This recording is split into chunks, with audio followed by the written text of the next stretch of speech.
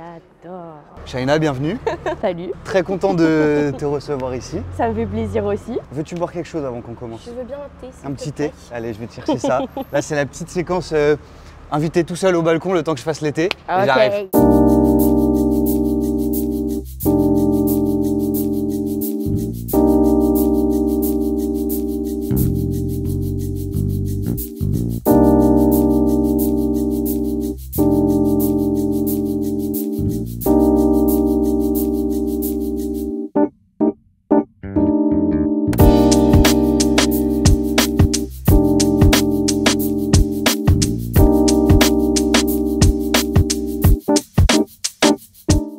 C'est génial. Ce concept est génial. J'adore, j'adore. C'est moi. Wouhou. Tiens, c'est Hyper peut-être un peu mignonne chaud. la tasse, j'adore.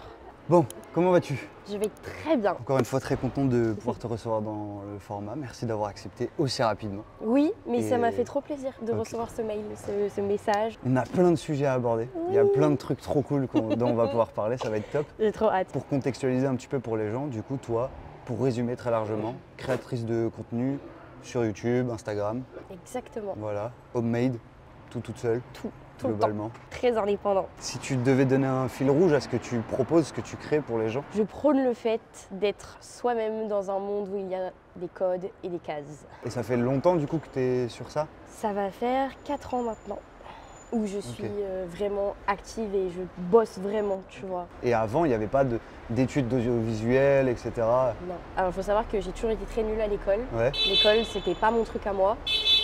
Et Ah, les bâtards. C'est Terre et Dido qui font les golemons.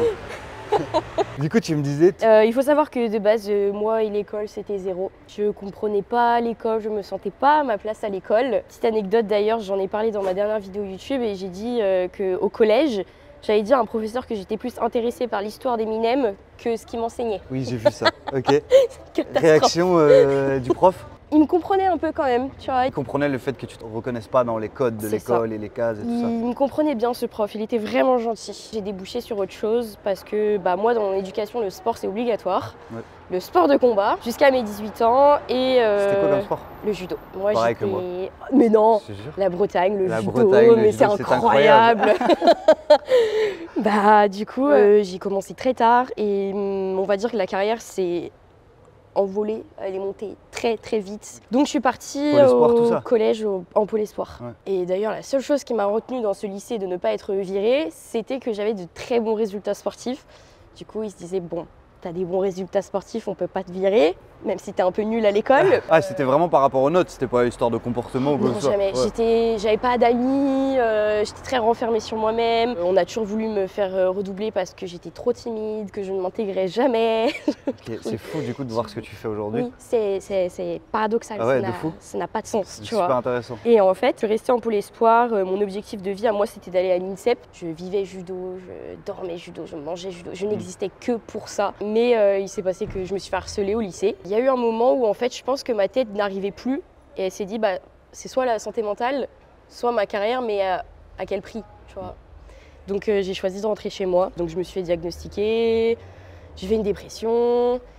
Et à partir de là, je me suis dit, d'accord, je vais commencer à écrire des vidéos. Parce que j'écrivais toujours pour moi, mais je le faisais pas tant que ça sur les réseaux. Et là, j'ai commencé à vraiment faire des trucs sur Internet. J'ai arrêté en première, j'ai dit stop. J'ai été voir mes parents, je leur ai dit j'en ai marre, c'est pas pour moi l'école. Ils m'ont dit tu fais ce que tu veux. J'ai des parents très cool là-dessus. Ouais, C'est une chance. on va y revenir, j'en doute pas. Mes parents Ok. sont géniaux. Ils m'ont dit tu fais ce que tu veux juste dans la vie. Quand tu prends une décision, tu l'assumes, c'est tout. L'arrêt du judo, c'est vraiment par rapport au harcèlement Ça a et. été que par rapport au harcèlement. C'est pour Ok. ça que le deuil aujourd'hui est toujours encore difficile. Ouais, parce que c'est pas vraiment un choix de ton fait. C'était pas volontaire. Je voulais pas arrêter moi. Et ça partait de quoi du coup ces histoires de harcèlement? D'harcèlement. En fait, ça a toujours été un peu comme ça. J'ai toujours un peu été moquée parce que moi, mes parents m'ont toujours enseigné le fait de Shaina, si tu veux t'habiller comme ça, tu t'habilles comme ça. Tu veux être comme ça, tu es comme ça. Donc moi, j'étais moi-même. Je me cherchais. Donc j'allais passer par 20 000 styles vestimentaires. J'allais faire plein de trucs, tu vois. À une époque où en plus, parce qu'on est à peu près de la même génération, où au lycée, tout le monde s'habille pareil, C'est tout le monde porte compliqué les à mêmes cet sapes et. âge-là. Ouais. Exactement. Et après, il y a eu des histoires de garçons. Et c'est là que je me suis dit, mais pourquoi les histoires de garçons vont aussi loin? Et C'est là que j'ai aussi compris que j'avais une grande intelligence émotionnelle, c'est que mon harceleuse, j'avais de l'empathie pour elle. J'avais trop d'empathie pour elle. Je me disais, mais je la comprends en fait, elle est triste. Je justifiais le fait qu'elle m'a dit des choses horribles. C'était une seule personne? Alors c'était une personne et après elles étaient trois. Ouais, et forcément. Copines, puis après c'était toute la classe et au final après tout le monde te déteste et un jour tu te dis bon, je me fais vraiment rejeter par tout le monde. Ouais. C'est et en compliqué. plus, il y a cet effet boule de neige, mais quand tu reprends à la base, c'est un truc à la limite entre toi et une personne, mais qui dans le fond n'est même pas un problème. C'est ça qui est horrible avec le harcèlement et je pense qu'il y a beaucoup de personnes qui prennent part à ça aussi. C'est ça. Qui s'en rendent compte qu'après, là par rapport à tout ça, quand tu y repenses, ça va, c'est ok dans le sens où est-ce que c'est une période de ta vie qui t'a formé, qui t'a forgé? C'est quelque chose, en fait j'en ai pris conscience que quand j'ai eu mon diagnostic de dépression et que le psychiatre en face de moi m'a dit bah tu es traumatisée. Je me dis, mais comment ça, moi, je suis traumatisée, enfin, qu'est-ce qui s'est passé, tu vois? Et c'est vraiment cette phrase-là qui m'a mis un électrochoc, qui m'a dit, bah, c'est soit les médicaments, soit on t'hospitalise. Je me dis, mais pourquoi? Qu'est-ce qui est en train de se passer? Toi, tu te sentais pas forcément... J'allais pas bien, je sais que j'allais pas bien, que j'avais des idées noires, ça allait vraiment pas bien. Mais je me disais pas que c'était à cause du lycée, en fait. Je pensais tout le temps que c'était moi le problème et que j'avais un truc qui faisait que bah, je m'alimentais toute seule. C'est là que je me suis dit, d'accord, bah maintenant, il va falloir soigner ça. Donc pendant plusieurs années, je suis rentrée dans une grosse colère. L'affirmation de soi et tout ça. J'avais besoin en fait de m'affirmer en face de tout le monde. J'avais un peu cette peur bleue que ça revienne. Et maintenant, je me suis dit qu'il fallait que je me détache de mes peurs. Ouais. Donc maintenant, ça va mieux. Je vais de mieux en mieux. J'apprends à plus m'intégrer, sociabiliser. Parce qu'au final, le harcèlement, c'est ce qui a tout impacté. J'arrivais pas à sociabiliser les gens. J'allais tout anticiper en fait. J'allais me dire, bon, il faut pas que je sois comme ça. Faut pas que je fasse ça. Ouais, t'étais dans le calcul du coup pour éviter... Oui, tout le temps. Un caméléon social. C'est un vrai terme ou c'est... Oui, c'est un vrai terme. Un caméléon social, donc en gros, tu as un masque public et un visage privé. Moi, c'était ça et j'ai perdu mon identité comme ça à cause de mes traumatismes en fait. Donc là, si tout de suite il y a des gens qui nous écoutent, qui se reconnaissent dans tes propos d'un côté ou de l'autre, harcelé ou harceleur, qu'est-ce que toi t'aimerais leur passer comme message? C'est compliqué en vrai comme... Ouais, parce que c'est un sujet qui est hyper complexe, hyper profond au cas par cas et tout, mais... Que pour ceux qui sont harcelés, déjà il faut en parler. Je sais que c'est hyper dur. Le jour où j'en ai parlé, c'est là que j'ai pris les choses en main et que j'aurais pu passer à côté de ma vie pour des histoires futiles. Même si tu es en tort, tu ne mérites pas un harcèlement, personne ne mérite ça dans la vie. Et pour les harceleurs, je pense que... En fait, c'est la même chose, c'est se préoccuper de sa santé mentale parce que si tu harcèles quelqu'un, c'est que dans ta santé mentale, il y a quelque chose qui tourne pas rond non plus. Il faut se rendre à l'évidence, tu vois. Ouais. Des deux côtés, en fait. Mais tu vois, ce que je trouve génial dans ton discours, c'est que toi ayant été harcelé, ce que tu adresses aux harceleurs, c'est un truc de écoutez-vous, faites attention à vous, parce qu'il y a peut-être un truc qui va pas. Oui. Et il n'y a même pas de vous êtes des merdes, arrêtez. Tu vois, il n'y a même pas de haine. Du coup, ça se voit que tu es un peu en paix quand même avec tout ça et je trouve ça trop cool. Je comprends mieux les gens. En fait, je me dis que c'est des personnes blessées et que tout le monde réagit différemment à ces blessures. Oui, bien sûr. T'en as qui vont la recracher sur les autres et t'en as qui vont se renfermer sur eux-mêmes. Moi, j'étais de ceux qui se renfermaient sur eux-mêmes, en fait. C'est vrai que tu fais preuve de beaucoup d'empathie pour arriver à comprendre les gens de l'autre côté. Mon empathie, c'est quelque chose, hein. Waouh. Et du coup, qu'est-ce qui se passe pour passer du coup de la personne harcelée, différenciée, etc., à la personne qui publiquement se met à nu sur les réseaux sociaux, enlève toutes les barrières et parle aux gens à cœur ouvert? Quand j'étais au lycée, je faisais déjà des vidéos. Mais je faisais pas des vidéos psychologiques ou philosophiques. En fait, je faisais des vidéos très... tu sais, un peu ce truc artistique, publicitaire. Je m'amusais avec des caméras. Un peu contemplatif, quoi. Ouais, c'est ça. Faire du beau. J'adorais faire des trucs comme ça. C'était un peu mon échappatoire à ce qui se passait au lycée. J'adorais écrire. J'écrivais tout le temps. C'était un peu ma manière d'extérioriser. Et en grandissant, d'ailleurs, j'ai compris qu'en fait, je tenais ça de ma mère. Que ma mère est identique à moi là-dessus, mais je m'en rendais pas compte parce que j'étais très renfermée sur moi-même. Et puis il y a eu ce moment où du coup j'ai voulu me reprendre en main. Je me suis dit la dépression ne me mettra pas à terre, c'est moi je la mettrai à terre. Donc ça va pas se passer comme elle le souhaite. Et je me suis dit maintenant on m'a beaucoup moqué pour ma personnalité, pour mes centres d'intérêt, ma passion. Donc maintenant je vais montrer au monde qui je suis. Je vais juste mettre un pansement sur des plaies avec ce que j'aime, donc l'art. L'art comme remède. C'est mon remède. Okay. C'est trop cool. Dans ce que tu dis, je ressens vachement l'esprit combatif du judo. Tu vois, ce truc de... T'as vu. T'es plus fort que moi, mais en vrai, il y a quand même un monde où je te mets par terre, machin et tout. Ça, c'est trop bien parce que du coup, on se rend compte que même si tu fais pas carrière là-dedans, même si c'est une période passée de ta vie, c'est ancré, ça t'a apporté des valeurs et tout. Il y a ce côté, je peux pas, je vais faire, tu vois. L'autre fois, je me suis vraiment posé des questions sur moi-même et je me disais, j'ai l'impression que, en fait, mon kimono, je le porte toujours, mais qu'il est invisible. Je réagis de la même manière pour tout. Tout, pour moi, est cette sorte de compétition. Ce truc où je me dis, bah d'accord, je vais montrer maintenant ce que j'ai dans le ventre et si je perds, c'est pas grave. Ouais. Parce qu'en fait, je vais revenir. Je vais revenir. Accepter la défaite, bah, ça fait partie de la vie du sportif et de l'artiste aussi en général. Oui, accepter la défaite, c'est très important. Et très dur. Très dur, mais très important. Toi, tu arrives sur les réseaux un peu, tu mets le pied dans la fourmilière. Tu viens, tu dis c'est moi, je suis là. Et ce que je trouve trop bien, c'est qu'il y a toujours ce truc hargneux, combatif et tout. Toujours.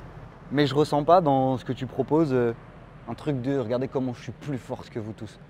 Et c'est juste, regardez, je suis là, je propose ça, mais il n'y a pas de supériorité. C'est ça. Mais tu vois, dans le judo, pour moi, être le plus fort, c'était quelque chose. Mais un jour, le plus fort n'est plus le plus fort.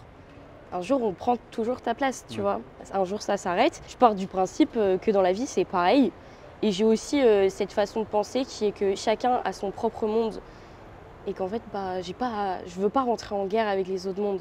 Dans mon monde à moi, je perçois les choses comme ça. Si toi, tu les perçois de cette manière et que, bon, bah, ok, tu te sens plus haut que les gens, c'est que t'es comme ça. Ouais. Tout à l'heure, tu nous parlais de tes parents, qui sont, je pense, un grand soutien. Et... ma plus grande influence. Artiste en plus. Ouais. Deux artistes. Alors, mon père, c'est un monsieur qui n'a pas été à l'école, mais autodidacte, très autodidacte. Mon père, c'était la musique. La musique, c'est quelque chose qui le faisait vibrer, qui lui donnait un peu du sens. Et il a rencontré ma mère, qui elle était une rappeuse. Ça a été le coup de foudre, l'amour fou, toujours aujourd'hui, 25 ans plus tard, 26 ans, je ne sais plus. Ma mère, elle, j'ai l'impression que c'est la même que moi, mais c'est ma mère. Ma mère, c'était une rappeuse, c'était une femme déjà. C'est très compliqué d'être une femme dans le milieu du rap. Et c'était déjà une femme. Aujourd'hui, donc avant. Non, mais avant, c'était pire, voilà. C'était horrible, quoi. Je me dis, mais le courage qu'elle avait, c'était fou. Et en fait, ma mère, elle est arrivée dans le rap et elle se disait, moi, en fait, tu vas pas me dire ce que je dois faire. Je fais ce que je veux, je dis ce que je veux. Et bah, nous, on a eu une vie assez difficile. Mes deux parents, c'est la réalité de la vie. On a grandi en quartier, toutes ces choses-là. Et ma mère, en fait, elle se disait, moi, c'est pas parce que je suis une femme que je dois parler d'amour. Du coup, elle, ce qu'elle faisait, c'est qu'elle parlait de ses bâtiments, elle parlait des injustices, elle parlait de tout. Et quand elle faisait ses clips, elle ramenait tout le quartier et elle filmait en bas du bâtiment, quoi. Et c'était une femme. Elle parlait de son monde comme toi, aujourd'hui, tu parles de ton monde, en fait. Elle parlait de sa douleur. Écrire, pour elle, c'était vital. C'était recracher un peu cette haine qu'elle avait en elle, cette colère, cette tristesse. Ouais, ma mère a été très talentueuse et mon père, bah, il la suivait partout. C'est lui qui faisait ses prods. Incroyable. Ils ont tout fait ensemble. C'est génial. Ma mère, sa carrière aurait pu aller très loin. Ça, c'est une anecdote, elle revient tout le temps dans ma famille. C'est l'anecdote du film, je crois que c'était Taxi 4, je sais plus. Un des taxis où en fait, ils voulaient ma mère dedans. En actrice ou pour la BO? Pour la BO. Ils lui ont dit, oui, mais il faut que tu parles d'amour. Ma mère, elle a dit, c'est mort. Jamais je vais parler d'amour, je m'en fous, tu vois. Et je pense qu'après ça, elle en a eu marre, je sais pas. Du milieu, de comment ça fonctionne, de ce qu'il faut faire. C'est compliqué. Et en fait, elle voulait plus se concentrer sur nous. Et je lui ai déjà demandé, je lui ai dit, pourquoi en fait t'as arrêté et pourquoi tu veux pas reprendre? Elle me dit, j'ai l'intime conviction que ça se serait mal passé entre nous, en fait, avec mes enfants, si j'avais eu une grosse carrière dans le rap. Et elle préférait l'amour de ses enfants. Incroyable, super mature comme réflexion. Ok. Et du coup, aujourd'hui, tes parents, ils te soutiennent dans ce que tu fais, ils comprennent? Depuis toujours, tu vois, c'est un truc ouf à dire. Moi, mes parents, depuis le collège, ils me disaient arrête d'aller à l'école. Mais ça, c'est... Parce qu'ils se sont formés comme ça, eux aussi, dans la vie. Ah bah oui. Donc, ils se sont dit, en vrai, le résultat est bon, ah bah oui. ça peut marcher, quoi. Donc, c'est cool. Ouais, bah, en fait, mon père m'a toujours dit, on se lève pas, Shaina, pour faire un truc où t'es malheureux. Sois pas malheureuse dans ta vie, fais des choses qui te rendent heureuse. Dis, même si tu gagnes pas extrêmement bien ta vie, mais que tu fais un taf qui te plaît, ça c'est important. Ils allaient jamais me trouver chelou parce que oh, bah, j'ai envie d'essayer ça dans l'art, je fais ceci, Non, genre essaye, va au bout des choses, ça te plaît pas, bah, t'essaieras autre chose, tu vois. Mais dans mon éducation, c'est trop important d'avoir un sens, d'avoir son identité, son truc à soi. C'est trop bien. Quand tu étais dans cette période de harcèlement et tout, tu as pu en discuter avec eux, ils ont réussi à te soutenir sur tout ça ou c'était... Je leur en parlais pas. Ouais. Mais c'était ton choix du coup? C'était mon choix. Ouais. Je voulais pas, en fait, j'avais peur inconsciemment de blesser mes parents en me disant bon bah je me suis fait harceler. Mon père, que ce soit ta faute ouais, et tout ça, ouais, tu vois. classique, ok. Alors que la vérité, c'est que mes parents m'auraient soutenu et ils m'auraient dit tu dégages de là et t'inquiète pas, on va trouver une solution, tu Tu vois. penses que le problème aurait été moins loin si tu leur en avais parlé? Ouais, ça aurait été plus simple. J'ai mis trop de temps à leur expliquer. Vous avez compris? C'est important, faut Ouais, c'est vraiment important. parler. Et en même temps, je comprends la complexité d'en parler. C'est tellement dur, tu te sens tellement seul. Puis quand t'es harcelé, tu rentres dans... Il y a un brouillard en fait autour de ton esprit. Un truc de fautif, de c'est de ta Ah oui, faute. tout est de ta faute, Ouais, tout est... bien sûr. Tu vois. Et en fait, tu te dis, bon bah, ok, à qui je vais en parler, je sais pas. Mon père m'a appelé plusieurs fois en me disant, si un jour ta sœur, il lui arrive quelque chose, dis-le-moi tout de suite, tu vois. Il est plus dans cette peur de... En fait, j'ai l'impression qu'il s'en veut de pas avoir vu. Oui, voilà, c'est ça. C'est moi qui cachais tout. Ouais, tu ouais. vois, Et rôle de parent aussi, hein, oui, donc je sais. ouais. Mais c'est pas de sa faute. Donc un entourage très créatif Oui. avant que tu sois là, et du coup qui t'amène assez logiquement vers ce que tu fais aujourd'hui. Juste, tu as choisi la vidéo et l'écriture. Oui.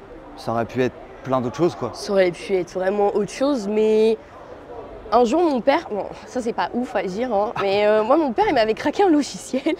C'est ok, c'est ok. Mes premières vidéos YouTube, c'est sur des logiciels craqués, les frères. Fallait bien se débrouiller. Oui, Hein. c'est ok. Et il me dit, oh bah tiens, je te mets ça sur ton ordi, essaye, tu vois. Je me dis, oh C'était première. vas-y. Ouais. Tu sais, je regardais tout le temps les youtubeuses et tout. Moi, j'étais trop fan de Prime. Prime, bah oui. c'est toujours dans mon cœur Prime. d'ailleurs. Hein. Prime, d'ailleurs, si tu veux passer Prime, tu m'écris. On est bien. Hein. J'adore Prime, il est génial. J'adore, mais tu sais que ça a été une grosse influence dans mes vidéos. Ouais, c'est que... Je pense qu'il a créé toute une génération de créateurs mais oui. de contenu. Je sais même pas si aujourd'hui il s'en rend compte. C'est Cette Prime. transparence en fait de Ouah, fou. c'est ça, c'est ce que j'allais te dire. Le gars, il fumait des s'en fout. bédos. Ouais, c'est ça. Aujourd'hui, tu peux plus le faire. Et encore. Il vidait sa bulle sur les réseaux, tu vois. C'est vraiment lui qui me donnait un peu cette force de me dire, bah moi je veux être comme ça, je veux pas de code, de cases, d'apparence, je veux être moi-même. Je veux parler vulgairement comme je parle vulgairement, tu vois. Je veux pas m'abstenir de dire telle ou telle chose, on s'en fout. En termes de, tu veux le faire, fais-le. On te dit que tu peux pas le faire, bah alors fais-le encore plus. C'est ça, c'est Il exactement incarnait ça. vraiment ça. Il a ce truc de porter plein de casquettes, de toujours tout essayer, tu vois. C'est cette démarche de, il me manque un truc, je vais le faire. C'est ça. Tu vois, je sais pas filmer, je vais apprendre à filmer. Je sais pas monter, je vais apprendre à monter. Ça, tu vois, c'est vraiment ma philosophie de vie. Tu vois, par exemple, l'exemple de ma marque. Si les marques ne veulent pas travailler avec moi, bah d'accord, je crée ma marque. Oui. Tu vois, tu veux pas faire ça, bah ok, bah je le fais. Parce que du coup, tu as créé ta marque de vêtements pour que les gens y... Pour ma communauté. Pour ta communauté. Et pour vivre de ma passion, en fait. Voilà. Pour l'apport financier. Ouais, j'en avais besoin. Et t'es proche du coup de la communauté que tu as créée? Oh ouais, mais tu sais que c'est fou, hein. Ouais. La relation qu'on a, elle est inexplicable. J'ai entendu des influenceuses me dire, Shaina, ta communauté carrément, elle nous fait flipper en fait parce qu'on dirait une petite armée qui est derrière toi. Et demain, il y a un combat, je te jure qu'ils vont être là. Et avant, j'en étais pas super consciente, tu vois. Ouais, avec les ventes, je me suis dit, putain, c'est ouf, il y a autant de personnes qui dépensent leur argent pour porter un t-shirt, c'est écrit Shaina Propaganda Club quand même, tu C'est vois. marqué moi en fait. Il y a moi dessus. Et est-ce qu'en termes de vente, tu as fait combien en termes de nombre de t-shirts? Pour essayer de globaliser gros, un peu le truc. Tu vois, mon premier t-shirt, en fait, il fallait que je le sorte en urgence parce que j'allais être interdit bancaire à ce moment-là de ma vie. Putain. J'adore que c'est même pas une urgence de j'ai dealé avec une marque, c'est une urgence de sinon en fait là je vis plus quoi. C'est ça. Ça c'est de la vraie urgence. Ah non mais là j'étais dans une sauce.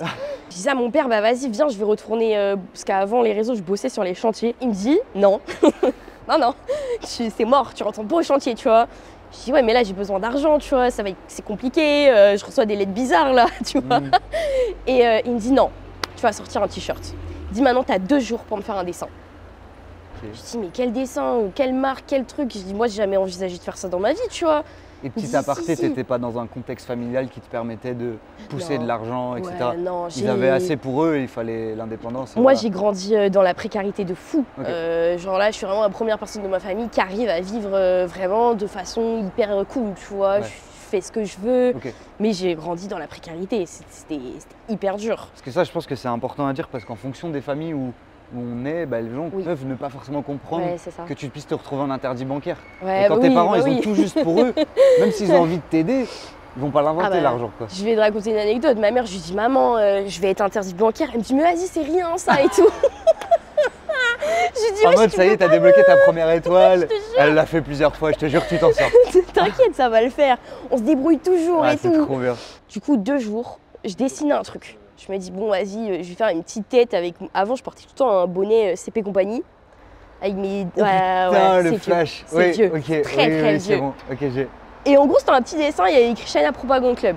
Je me dis, bon, vas-y, on fait un test, je fais une petite vidéo. Et je fais une vidéo où je parle clairement, je dis, bon, bah voilà, les agences, elles veulent pas de moi. Les marques, elles veulent pas de moi. Moi, je n'ai plus d'argent. Je veux bien de vous.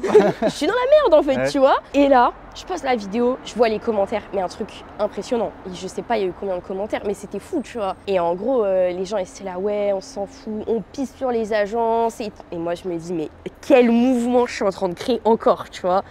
Et là, je lance le drop. J'ai laissé quoi, 4 jours. En 4 jours, j'ai fait 400 ventes. En fait, tu te dis, les gens, ils achètent parce qu'ils veulent me soutenir. Et je recevais des messages avec les trucs de commande, parce que tu sais, tu peux mettre des messages. C'était là, ils disaient, ouais, chat, tu peux m'écrire un mot et tout. Moi, je suis là pour toi. Les gens me soutenaient de ouf. C'était incroyable. Ce jour-là, il restera mémorable, quoi. C'était fou. Mon téléphone, il surchauffait. J'étais là, je me souviens, j'étais dans la rue. Je me disais, mais il est en train de se passer quoi? Je vois les ventes. Je me dis, mais moi, j'ai pas connu ça dans ma vie, tu vois. Non. Ton fournisseur l'a suivi et tout derrière? Oh ouais, on a géré de fou, tu vois. Okay. Et après, en fait, c'est devenu quelque chose de normal. Pour eux, c'est, ouais, il faut avoir les t-shirts du Propagande Club, il faut avoir la merch du Propagande Club. On est dans notre truc à nous et on s'affirme, tu vois. Incroyable. Là, aujourd'hui, loin de toi l'interdit bancaire? Ah ouais, c'est bon, c'est fini, plus jamais. Trop bien. Il y a un autre truc que je trouve trop bien. C'est ce que tu as choisi comme blaze sur les réseaux. Ouais, t'as vu? Propagande Club. En fait, ça définit très bien, tu vois. Ouais, parce qu'en fait, dès que je faisais des vidéos, tu vois, genre, il y a un truc qui allait me plaire, ça allait m'obséder. Okay. Et en fait, les gens étaient là, mais vas-y, c'est la propagande. Et au bout d'un moment, je dis, mais attendez, venez, je m'appelle China Propagande Club, tu vois. Mais ça, c'est arrivé au bout de 6-7 mois de vidéo. Après, tu vois, le mot de base, il a un peu un sens négatif. Oui, la propagande, mais après, la propagande peut être aussi positive, en vrai. C'est pareil, tu vois, ça va bien dans l'univers que tu as, de prendre un truc qui peut avoir une connotation mauvaise et en faire un truc bien. Est-ce que tu crées en fonction d'eux? Non. Okay. Je sais que ça, ils me l'ont beaucoup demandé, mais à chaque fois, je leur dis, les gars, moi, si je suis pas dans cette phase-là de ma vie, ça va pas marcher. Tu vas me dire, tu sais, des fois, ils sont là, vas-y, tu peux pas nous écrire une vidéo sur ce sujet-là, tu sais, des trucs personnels. Je leur dis là, si je suis pas dans le move, je peux pas te pondre un truc, tu vois. Ça sera pas naturel, ça sera pas l'écrit, c'est pas sincère. C'est génial de réussir d'être proche de sa communauté, tout en gardant 100% le contrôle du compte. C'est ça. Parce qu'il y a un risque à être proche de la communauté, oui, de se faire plus ou moins contrôler sans que ce soit méchamment fait, tu vois. Ouais, mais ça, c'est les dangers des réseaux. Hein. Ouais, mais la peur que ça s'arrête, que ça marche plus, ça, c'est un truc que t'as? Non. En fait, tu vois, si ça s'arrête, tu me dis, là, je me suis ouvert des portes. Certes, je me suis pas ouvert des portes avec, tu sais, des grandes marques comme la plupart des influenceurs, mais je me suis ouvert des portes dans le sens où, déjà, j'ai capté que je savais écrire. Je savais écrire de fou. Que moi, plus tard, je veux faire des livres, tu vois. Et en fait, je vais juste, si ça marche pas, comme le judo, ben c'est pas grave, je saute sur autre chose, je m'en fous, tu vois. Ça, c'est trop bien, ça, c'est vraiment un conseil que je peux donner à tous les artistes en général. Bah oui. Ça marche pas, c'est pas une fin en soi, c'est l'opportunité de rebondir. Après, des fois, on la voit, des fois, on la voit pas. Des fois, elle fait mal et on prend du temps à la voir. Bah oui. Mais il n'y a pas grand-chose qui arrive par hasard, en vrai. Non. Tu penses que tu serais pas capable d'écrire dans un mood précis? Ou alors, c'est l'incarner que tu aurais du mal? Je pense que c'est l'incarner. Genre, tu vois. Le travail d'écriture, ce serait ok de te mettre en position de 2. Mais l'incarner à ce moment-là, si tu le traverses pas, c'est complexe. Ça marchera pas. Non. Il n'y aura pas ce truc qu'ils aiment en fait profondément, c'est l'émotion que je leur offre. Elle sera pas là si je suis pas dans cette phase-là. Au final, ils s'y sont fait, tu vois. Ils se disent, ouais, c'est comme ça, nous, on veut juste la suivre et. Prendre ce que tu as donné à ce moment-là. C'est ça, tu vois. Moi, je leur ai toujours dit, je veux pas. Genre, les bails d'influenceuse, c'est pas mon délire du tout. T'es une influenceuse malgré toi au final. Malgré moi, c'est horrible, je te jure. Ça, je déteste ça. Mais après, ma commu, tu vois, elle me dit que t'es pas une influenceuse. Et ma commu, c'est fou de dire ça, mais c'est des gens qui suivent pas d'autres influenceurs. Okay. Ça, ils me le répètent tout le temps, ils me disent souvent, il n'y a que toi en fait. Et ouais, ma commu, en vrai, c'est particulier, hein. C'est intense. Je pense que j'ai commencé vraiment à prendre conscience des choses quand je voyais en fait certains messages sous mes vidéos et que je voyais des gens me dire, China, tu m'as sauvé la vie, tu vois. Je me dis, c'est dinguerie de me dire ça, tu vois. Genre, moi, j'étais juste une meuf, j'étais triste, j'ai fait une vidéo, tu vois. Bon, voilà, j'ai posé mon pansement, mais je pensais pas que je posais des pansements sur les autres. Tu sais, ils se disent, en fait, t'enjolives pas la vérité, tu vois. Et c'était ce truc-là d'influenceuse que moi, j'aimais pas. C'était que t'as des trends, faut avoir tel ou tel mindset. Moi, je trouve que c'est culpabilisant en fait pour quelqu'un qui a une santé mentale assez compliquée à vivre ou même que tu te sens différent, des trucs physiques, enfin tous ces trucs-là, tu vois, moi je trouve ça naze. Je me dis, moi je veux pas être comme ça, je veux pas suivre des tendances, c'est t'as ton identité, maintenant tu fais ce que tu veux. Les gens ils aiment, tant mieux, les gens ils aiment pas, on s'en fout, tu vois. Et c'est pour ça que je me détache de l'influence, même si je suis une influenceuse malgré moi. Oui, parce qu'il y a du monde qui suit et qu'il y a une portée. Il y a autant de types ou de genres d'influenceurs qu'il y a d'influenceurs tout simplement. C'est ça. Chacun propose ce qu'il veut. Je trouve ce qu'il faut bien comprendre dans ton discours et qui est hyper intéressant, c'est pas je veux sortir du lot donc je vais faire tout l'opposé. C'est vraiment ce truc de je me reconnais pas dans ça, je vais pas le faire. Donc ce que je vais faire va être différent. Mais il n'y a pas de volonté d'être à contre-courant ou de révolutionner quelque chose en étant à l'opposé. C'est ça. Parce que des fois aussi quand on crée, on peut avoir ce truc de ok ça se fait en bleu, moi je vais le faire en rouge. Non mais c'est ça. Comme je t'expliquais la dernière fois, il y a un rituel dans l'émission qui est de l'invité d'avant, il pose une question à l'invité d'après. Avant j'ai eu David Delaplace, un photographe qui travaille énormément dans le milieu du rap et qui se diversifie. Il a fait cover de Jazzy Bass. Très intéressant ça. Très très fort, très très bon. Bon, j'ai été très gentil avec lui parce que normalement je donne pas d'infos sur l'invité d'après. Il m'a posé 2 questions, si t'étais un homme ou une femme, j'ai dit une femme, et dans quel milieu t'évoluais. Donc j'ai dit les réseaux. Et sa question c'est… Comment elle arrive à justifier que elle ça fonctionne et pas quelqu'un d'autre? Et comment elle arriverait à faire comprendre aux gens pourquoi certains ça fonctionne et d'autres non? Je vais dire un truc qui est très cru et qui est une réalité, c'est les enjeux sociaux. Au bout d'un moment, il faut être réaliste. Déjà, tu as ce truc de petit privilège, que tu veuilles l'admettre ou non, il est là. Quand tu es une fille qui va être jolie, oui, ça marchera beaucoup plus facilement pour toi.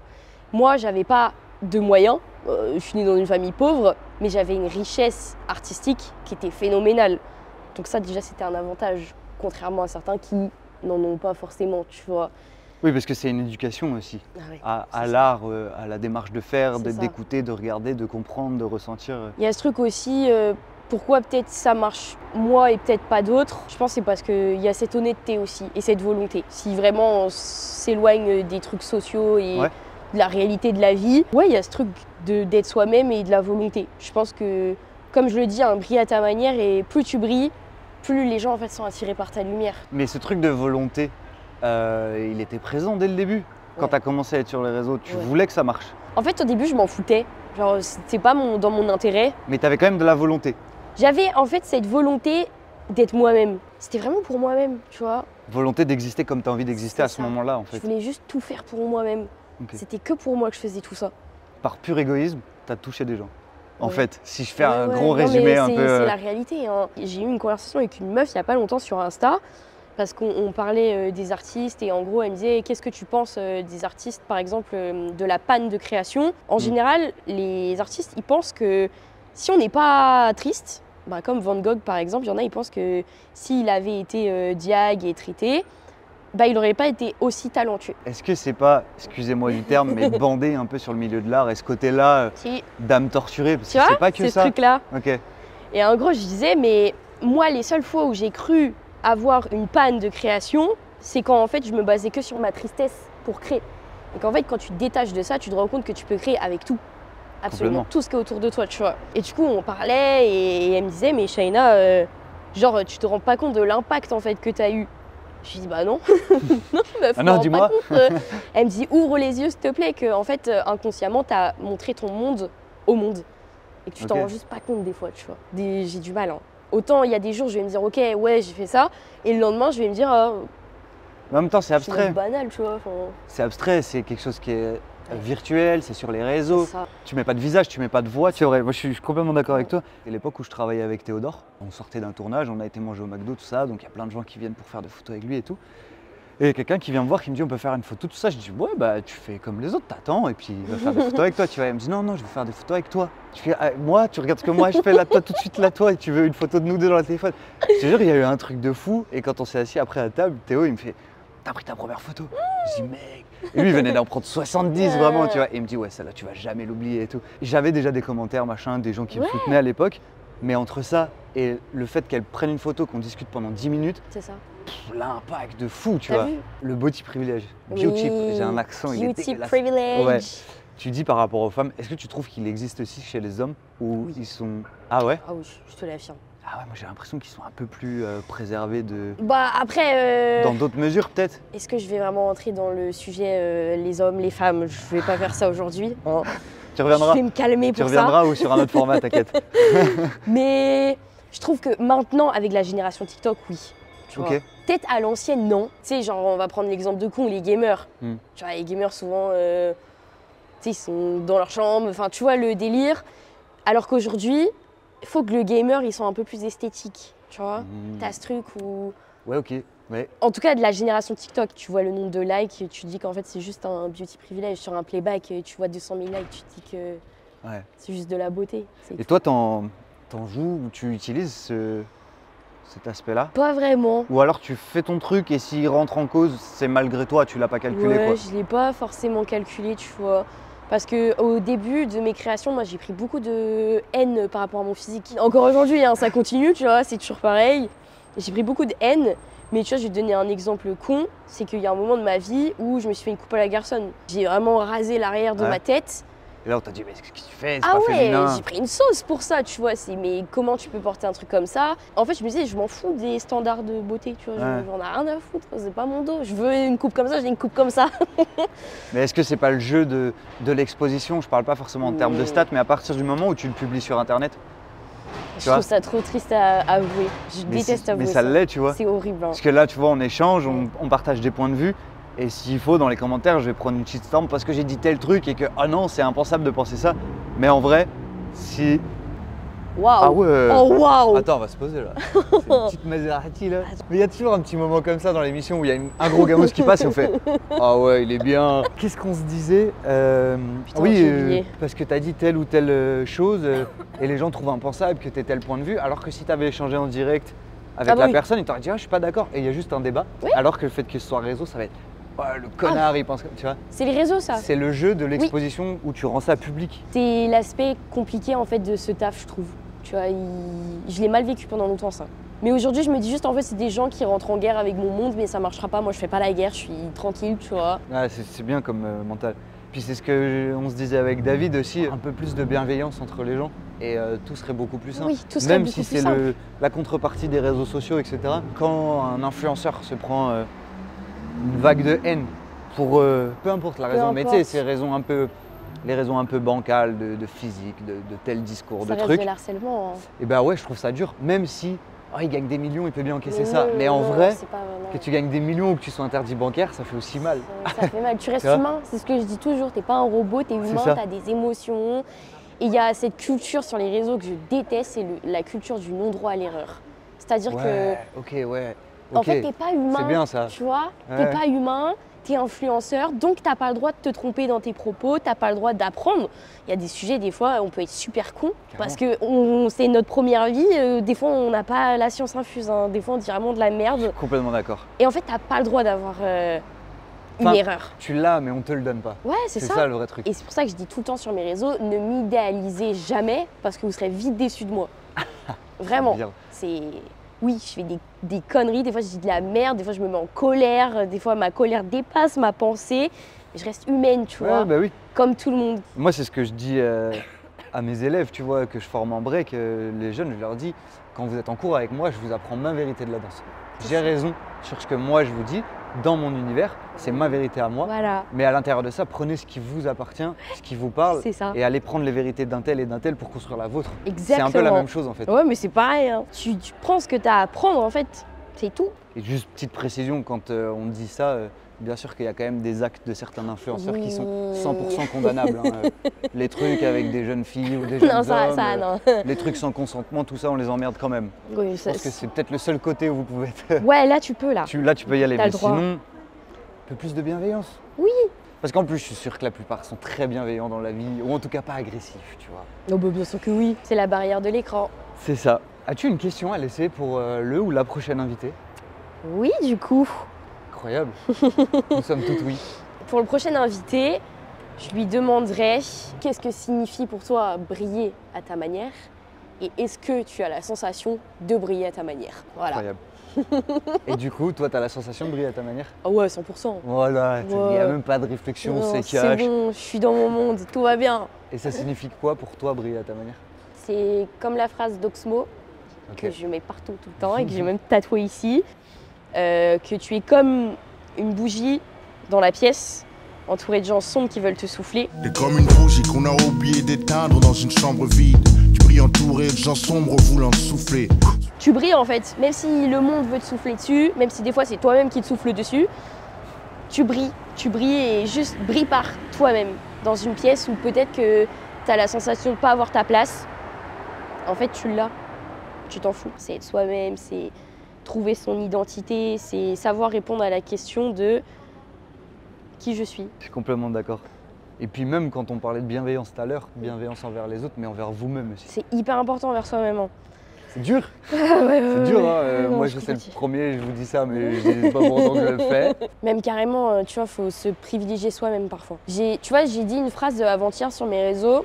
Je disais, faut arrêter de vouloir sauver tout le temps les autres, toujours aider les autres. Faut d'abord essayer de s'aider et se sauver soi-même. Ouais. Une fois, je parlais avec un pote, tu sais, rupture sentimentale, tout ça, c'était dur et tout. Et il me disait, je pourrais plus jamais aimer, machin. Oh, coup classique, hein, on connaît tous. Je lui ai dit, apprends à t'aimer toi-même avant de chercher à aimer quelqu'un d'autre. Exactement. Parce que sinon, t'es pas pleinement dévoué à cette relation. Non, la relation avec soi-même, c'est primordial. Ouais. C'est hyper important de se connaître, de savoir comment on fonctionne. C'est ce que je prône. Hein. C'est ce qu'elle prône et c'est tout plein de sujets qu'on a abordés aujourd'hui. Ouais. Est-ce que tu as un petit mot de la fin?